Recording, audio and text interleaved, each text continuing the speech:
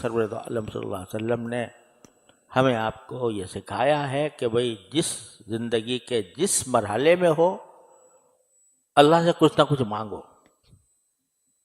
یہ جو ادعیہ مسنونہ ہے نا، صبح کو اٹھ کے یہ مانگو اور بیت الخلا جاؤ تو یہ مانگو اور وہاں سے نکلو تو یہ مانگو، مدرسے میں مسجد میں جاؤ تو یہ مانگو، راستے میں یہ مانگتے چلے جاؤ، یہ دعا کا ذوق پیدا کرنا مقصود ہے.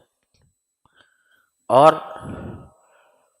جب یہ پیدا ہو جاتا ہے تو پھر آدمی کا دل وہ ہر وقت کچھ نہ کچھ مانگ رہا ہوتا ہے اللہ تعالیٰ سے. جب یہ دل لگ جاتا ہے اللہ تعالیٰ کی طرف تو چاہے زبان سے کچھ بھی کہہ رہا ہو بندہ، کسی بھی مشغلے میں مشغول ہو، لیکن دل اس کا متوجہ ہوگا اللہ تبارک و تعالیٰ سے مانگنے کی طرف. اور یہ اللہ جل جلالہ تک پہنچنے کا بہترین، آسان ترین، مختصر ترین راستہ ہے، کثرت دعا. تو اس لیے قرآن کریم نے دعائیں سکھائی ہے، یا نبی کریم سرور عالم صلی اللہ علیہ وسلم نے جو مانگی ہیں یا ان کی تعلیم دی ہے، ان کو پڑھنا یہ اس لیے ہے تاکہ کچھ اس کا ذوق پیدا ہو، دعا کرنے کا ذوق پیدا ہو. اب جس کو ذوق ہو جاتا ہے تو وہ ہر لمحے اپنے ہر کام میں اللہ تعالیٰ سے رجوع کرتا ہے. حضرت حکیم الامت مولانا تھانوی قدس اللہ تعالیٰ سرہ کہ یہ بات میں نے حضرت اپنے شیخ سے نہ جانے کتنی بار سنی کہ جب کوئی اللہ کا بندہ مجھ سے یہ کہتا ہے کہ مجھے آپ سے ایک بات پوچھنی ہے، فرمایا کبھی تخلف نہیں ہوتا کہ ایک لمحے کے لیے دل ہی دل میں اللہ تعالیٰ سے مانگتا ہوں، یا اللہ پتہ نہیں یہ کیا سوال کر لے گا، تو اللہ مجھے اس کا صحیح جواب دل میں ڈال دیجیے.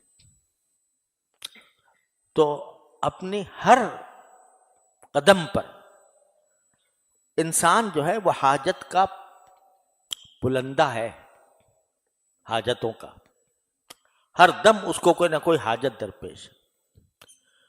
تو جب بندہ اس بات کا عادی اور خوگر بن جائے کہ جو حاجت بھی ہوگی میں اللہ تعالیٰ کی طرف رجوع کر کے اس سے مانگوں گا، یا اللہ یہ میری حاجت پوری کر دے. کوئی کشمکش ہوگی یہ کروں یا یہ کروں، تو اللہ جل جلالہ کی طرف متوجہ ہو کر کہے گا یا اللہ اس میں جو بات صحیح ہو وہ دل میں ڈال دیجیے. اللہ حضور اقدس صلی اللہ علیہ وسلم، ایک تو استخارہ ہوتا ہے نا، وہ استخارے مسنونہ ہے، 2 رکعت پڑھو، 2 رکعت پڑھ کے پھر استخارے کی جو دعا ہے وہ پڑھو.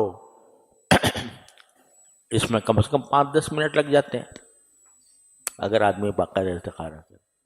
قربان جائیے نبی کریم سرور عالم صلی اللہ علیہ وسلم کے، انہوں نے ہمیں آپ نے ایسا طریقہ بتا دیا کہ جب کبھی کشمکش ہو کسی معاملے میں، چلو یہی کہہ دو اللہم اغفر لی واختر لی، اللہم اغفر لی واختر لی.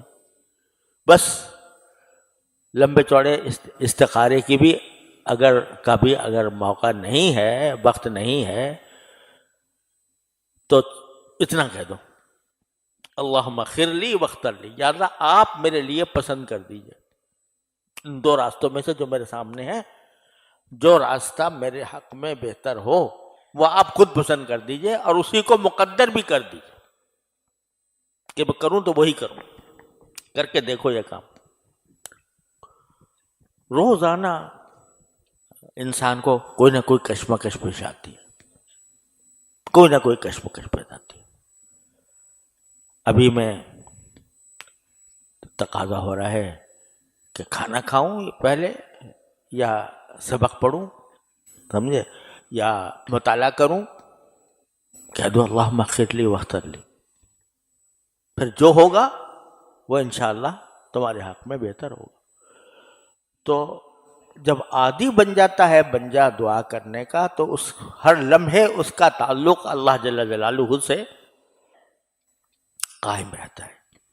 اس لیے میں نے یہ سلسلہ شروع کر رکھا ہے، اللہ تعالیٰ اس کا فائدہ پہنچا دے ہم سب کو۔